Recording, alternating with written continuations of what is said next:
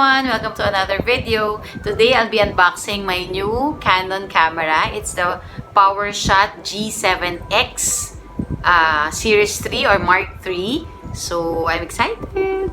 So open na natin siya. I'll show you all the ones that are included in the package. And also some features that I know. And sorry, I'm not really techie, so I'm not really an expert in cameras. So I'll just share you what I know, and of course I'll be showing you my unboxing. Okay, let's open it together.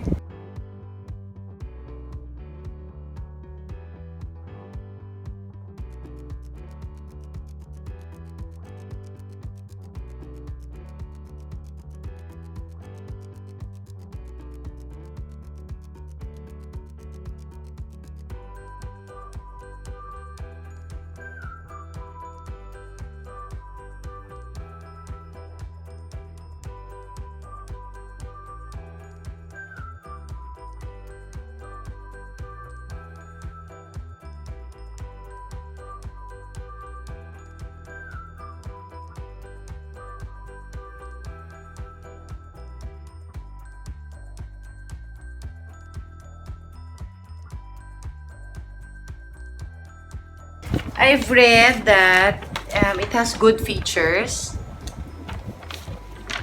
It has 20 megapixel camera, so which is really good, especially for a compact size camera like this.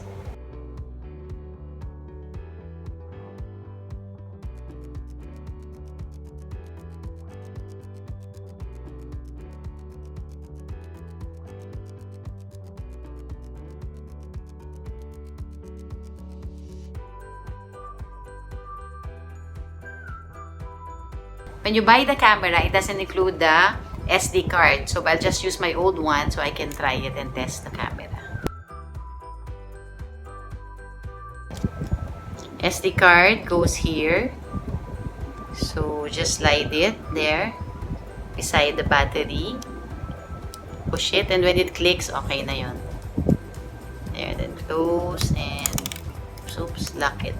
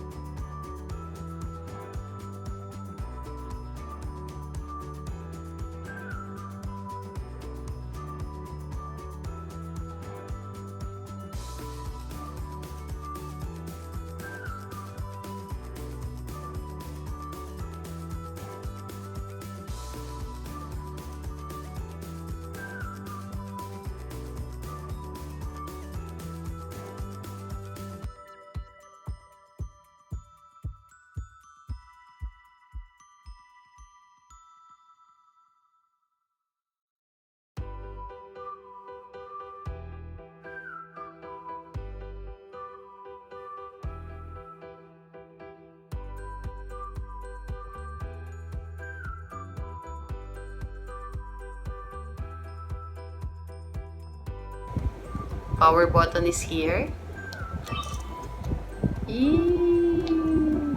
It's so light. See, ang light lang niya, ang liit lang niya, pero very good compact camera talaga. You can flip the screen so you can do selfie mode. It also has that face tracker. So, if you move, example, you focus here, and if you follow niya yung hand mo. So, meron siyang it also has a touch screen. So, pwede mo siyang i-touch screen lang. See?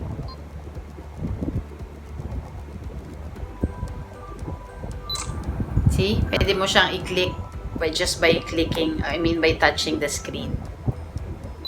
See? It clicks. It takes picture. And also, of course, you can navigate using the button or the screen, there. Can you see it? So you can navigate it using the screen. There, so you can check.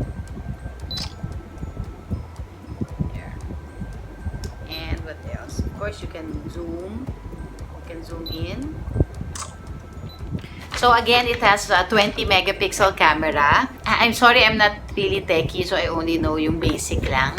So I'm not really the techie type of person na alam ko lahat yung mga details ng cameras. But from what I read, this is a really very good camera. I mean, considering it's so small and compact, and for the price range, okay siya. It's actually ideal for vloggers, for traveling, so yung mga ganon. Of course, iba pa rin yung DSLR. Pero this one kasi, it's really very light. So, maliit lang siya and it's not so heavy. Kaya okay siya kasi kaya mo siyang lagay lang sa purse mo or sa bag. Pwede nga sa pocket ng jacket, pwede rin. So, when you travel, it's easy to bring with you. And also, again, it has a flip screen. So, you can do selfie mode. Pwede ding pababa or pataas kasi you can angle it this way. Pag ganyan. So, you can do like this. Ganon. Pababa. So, maraming pwedeng angle. Nice. And also, another nice feature of this is there is a plug for mic. So, you can put an external microphone. So, there. You can put your shotgun microphone there or kung ano yung microphone na ginagamit nyo. So, there. Kasi most of the cameras that are this small, walang kasamang before, they don't have this. I think in Mark 2, they don't have this microphone external, basta yung plug na yan for the microphone. So now they already put it, which is good. Kasi if you're really a vlogger, then you travel and you do a lot of stuff outdoors. So mas clear yung voice mo or yung kung ano yung gusto mo makapakita. Although sabi nila, the internal mic of this camera is actually really very good. So you don't actually need to put a microphone if you really want to record yourself using this. But of course, if you will be going out or maingay talaga yung area, so it's nice to have an option for microphone. So kaya nga sabi nila, this is really good for vloggers and for traveling. And also it has the the flash. So you can also turn on the flash. There's the mini flash. See how cute that is. But you have to be very gentle in putting it back. So just click this and it will flip out. There. So, diba cute siya. And again, it has a touch screen feature. So which is really very cool. And very responsive siya. Very responsive yung touch screen niya. There's a Wi-Fi button here. So, you can send your pictures straight to your phone. Hindi mo na kailangan i-download and all. So, pwede na siyang i-Wi-Fi. You can already send it via Wi-Fi. You can do live streaming. I haven't really tried that, of course. I haven't seen any video about it. But I know from the review that they have, this one is capable of doing live streaming straight to YouTube. So, okay din talaga siya. And it's also very easy to use kasi meron na siyang button here. So easy, quick access to the video if you want to. If you're, example, you're in the photo here, you're not in the video mode. Pero gusto mo mag-take ng video, you can just press this red button. Then you can go straight to video recording. So okay din siya. I also learned na yung stabilization niya is really very good as well. So, kahit i-zoom mo siya, kasi minsan, di ba, when you zoom na masyadong malayo, para pag medyo shaky na yung hands mo, sobrang laki na nung galaw niya. But with this, maganda yung stabilization. And also, when you do video, especially when you're walking, di ba, minsan ma-shaky siya or maalog. So, with this, meron siyang built-in, the digital image stabilization is really good. So, it's also good when you walk around, mag-video ka, when you travel and all. So, okay din siya for that. I'm so excited to use it. By the way, the only thing that I see na para magiging problem ko is the screen. Kasi the screen, unlike my old Canon, you flip it inside. I mean, when you flip it close, nasa loob tong screen. So this time, naka-expose siya the whole time. So baka prone siya. So ang feeling ko, baka prone siya for scratches. So baka mabasag yung ganyan. So maybe I will be buying a screen protector here just to be sure. And of course, maybe a case. You have to be really careful with it kasi nga expose yung screen. So dapat medyo careful ka na lang. Yun lang yung nakikita kong parang problem with this with the camera. But so far, I think it's good naman. So hopefully, I'll be able to give you a review of this once I've already used this, maybe a month or so, para masabi ko sa inyo if it's really a good buy or kung talagang sulit siya. Okay? Thank you again! So anyway, I'll just put the other features of this camera. I'm not really very familiar with cameras and I'm not the techie type.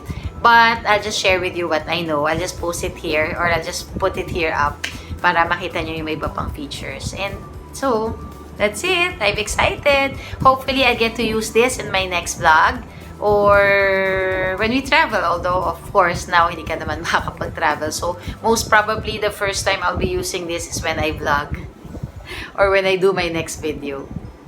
So, there. Anyway, I'm excited. I hope you like this video and I hope you learned something from it. Again, please don't forget to like, share, and subscribe if you haven't subscribed yet.